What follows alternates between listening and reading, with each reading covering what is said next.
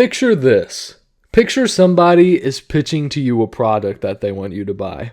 They say it's a mouse. They tell you all the specs of the mouse, but they don't have a picture of the mouse. There's no release date of the mouse, but they want you to buy it for $200 US. Would you buy that mouse? I've got to tell you right now, I would never pay $200 for even a finished mouse, more or less a mouse that doesn't even have a release date or any pictures of what it looks like. And Tens, which I believe is a pro Valorant player, I was just made aware of this situation about 30 minutes ago, but Tens, who is a pro Valorant player, is actually selling an unfinished mouse for $200.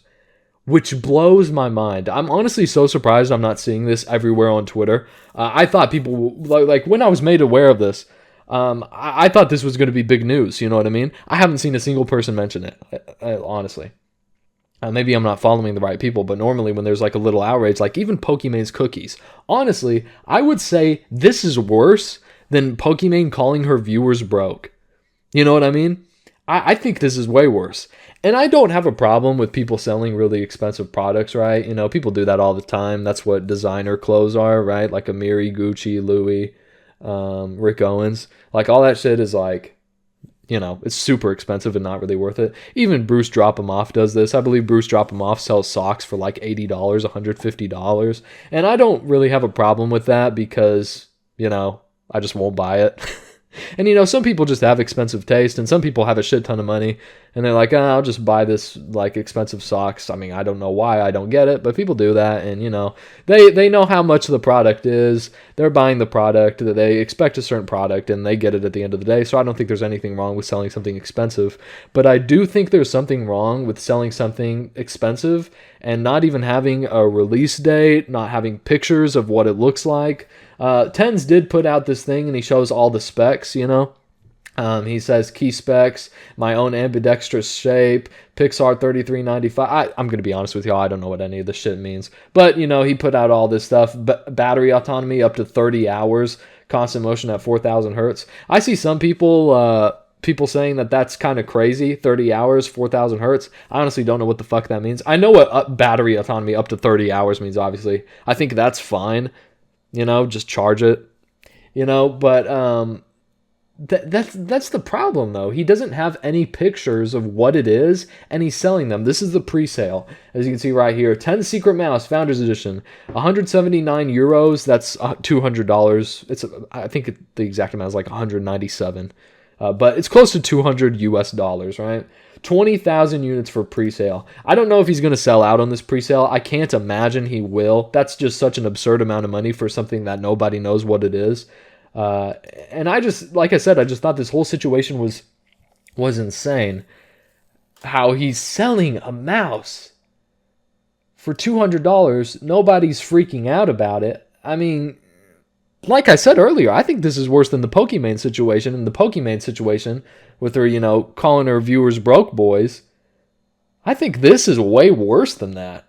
Because, you know, the Pokemon thing, she let one viewer get to her. One viewer, because one viewer was giving her shit about the price or whatever.